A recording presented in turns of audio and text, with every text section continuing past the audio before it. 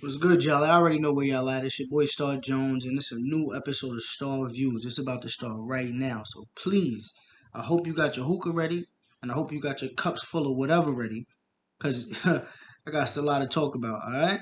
Know what's going on. Star Jones, hit that subscribe button if you haven't already done so. Please and thanks, you heard? What's good, folks? It's your man Star Jones. We back with another episode of Star Views. I'm sure all y'all out there played the Grand Theft Autos of the world, or just any kind of role RPG type of game where there are non-playable characters in the background. And in said games, you may sometimes do some mean things to these non-playable characters, especially the people out there who play Grand Theft Auto, and they know exactly what I'm talking about. So on tonight's episode of Star View, the second movie of the month of August, we're going to be talking about Free Guy, where the movie is starring Ryan Reynolds, and it's about a gentleman by the name of Guy who is a non-playable character in a video game. So we're pretty much going to learn what it's like to be a non-playable character in GTA, where they're just the victims of all this violence and heinous stuff. But of course in a comedic way. Only way that my guy Ryan Reynolds could deliver this and give you a perspective on this. Alright, so I'm about to get my drink, and when I come back we're going to get right into it and talk about Free Guy and what transpired. So I'm back. Hope y'all got your drinks ready. But let's get right into it and talk about what transpires in the movie and what Free Guy's really about.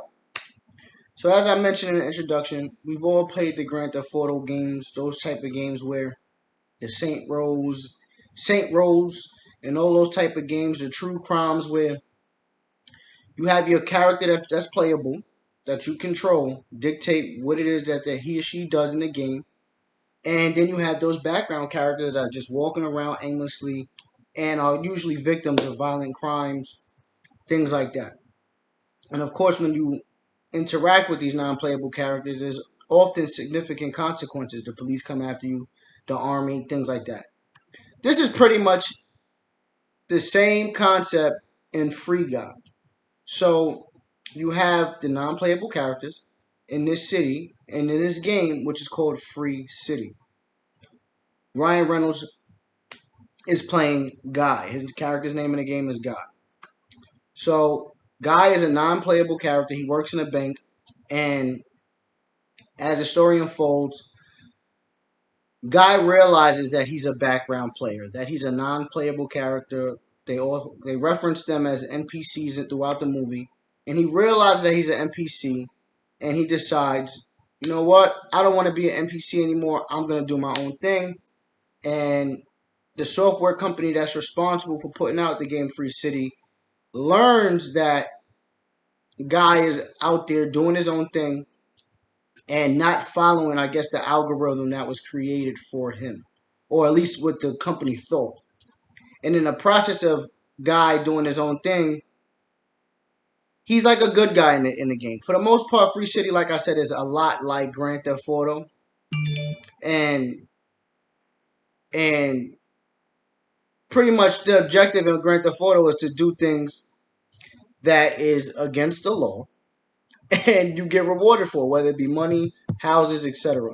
And again, like I said, the premise of Free City, this game, is like the same thing. So you steal from people in the game, you get points. You level up, things like that. So in the process of Guy realizing that he wanted to do his own thing, what was his motivation? A woman. He fell in love with a woman in the game, and the woman in the game is a real person. She's actually being controlled by someone behind a chair. But that person has a mission, and she's trying to expose the software company responsible for Free City because Free City stole her idea.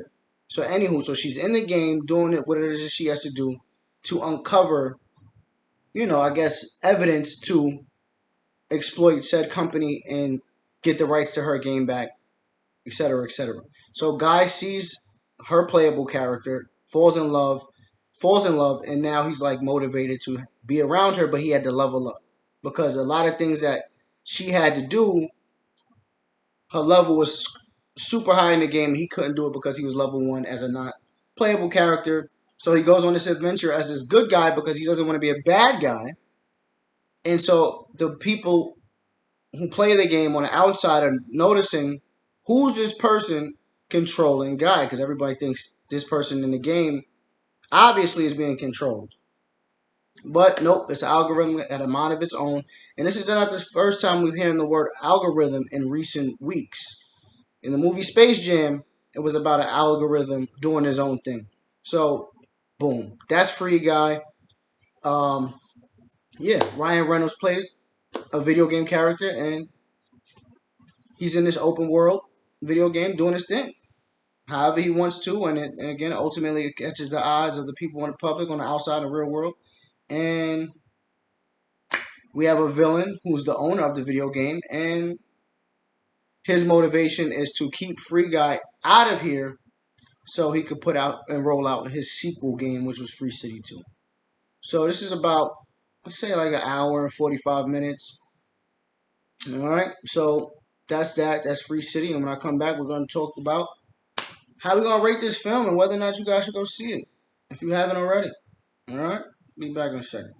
So we're going to start the best part of this show, what everyone looks forward to, what everyone asks me about, and that's what I'm going to rate the film. Whether or not you guys should go see it or not, etc., etc. Pros and cons, all that good stuff. So, with pros and cons being mentioned, let's get right into that. Let's start with the cons. I'm going to be honest.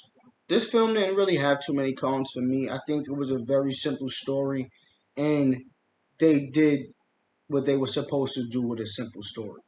A lot of times movies have simple stories and they just miss out on a lot. But I think because it was so simple and Ryan Reynolds and that team kind of just held it down and just stuck to the script, I think that was that. I don't think there were any flaws as far as the story is concerned. I think the cast did a good job. Um, Again, for it to be a simple story, no plot twists, things like that, it was cool. Like it was good enough. As far as the pros are concerned, you already know I love Ryan Reynolds. He does his thing over and over again. He's just comedy through and through. Um, I thoroughly enjoy watching him on screen. Um, I was a little worried because it had a PG-13 rating, and I'm just so used to like Ryan Reynolds as like with adult humor, rated R humor. So I was kind of curious how he was gonna finesse it, but he did his thing. I think the comedy was, of course, appealing to adults, but without the f bombs and stuff like that, and the crude humor and the stuff like that. So, but I think they did a good job. Little Ray Howery, I'm not really a fan of his, but his role as Buddy, as Guy's best friend, um, it was cool. It was good to see. Like they had that little camaraderie. It was fun to watch. Um, Definitely. As far as other pros are concerned, I think the whole idea of like a bright, like not so dark Grand Theft Auto video game, I think that's exactly. I think it kind of reminded me of a Fortnite combined with a GTA, and I was like, this is interesting. Um, so seeing like, because Fortnite is very bright, but Fortnite technically is a violent game. You're shooting at people and you might not see blood or anything like that, but you're literally shooting at people and hitting them with all type of weapons. So it's a violent game essentially. But again, because of the colors, it's so bright and it looks fun. They dance and all that other stuff. So think of Free City as Grand Theft Auto combined with Fortnite, and I thought that was pretty cool. It gave you like a adventure, but a responsible adventure game, not a rated M game. I think it appeals to everybody. Me personally, I'm not a Fortnite guy, but that's neither here nor there. But I am a GTA guy. So, but again, seeing those elements combined was kind of fun and cool.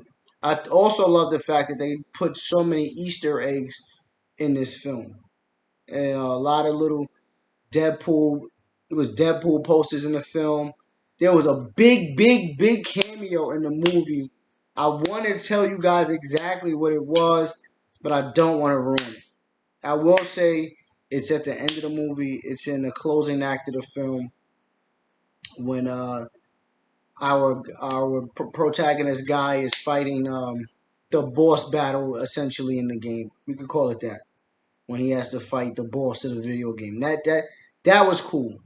That was I want to tell you guys so bad. All right. I'm gonna give you a hint. It is an MCU It is an MCU cameo, and it was cool. The music, they played the Marvel music and everything, so that was cool. So that kind of just shows you how the ball is rolling with Deadpool in the MCU, being that Ryan Reynolds stars as Deadpool, and he got pulled because again, it's a lot of law legality when it comes to this type of stuff. You can't just be throwing movies in certain productions and all that. So it goes to show you that Ryan Reynolds got his hand on that Deadpool and that Marvel real tight. You heard? So, but that cameo was big for me, and like I said, overall the film was fun.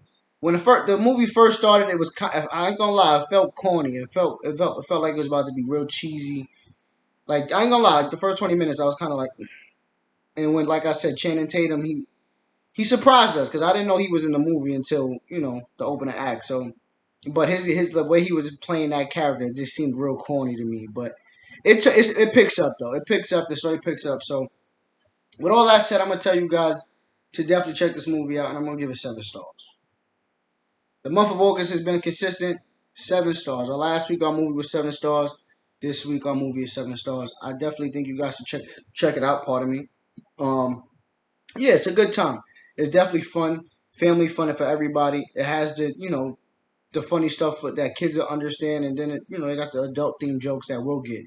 You just might have to think about it a little bit. But overall, 7. I think it's a good time. I can't say it enough. Ryan Reynolds continues to do his thing. So definitely check it out if you haven't already done so.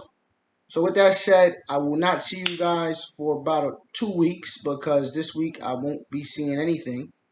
It's nothing really in the theaters that's really jumping out to me. It's a movie coming out called Reminisce, starring my guy Hugh Jackman, but eh, I'm not really like thrilled to go see it or willing to spend the money for it. So in this time, I will, bring you guys other content as long as there's movie trailers dropping. But I will again be back the following week for Candyman, the horror reboot, well sequel, spiritual sequel. I remember that they called it a spiritual sequel.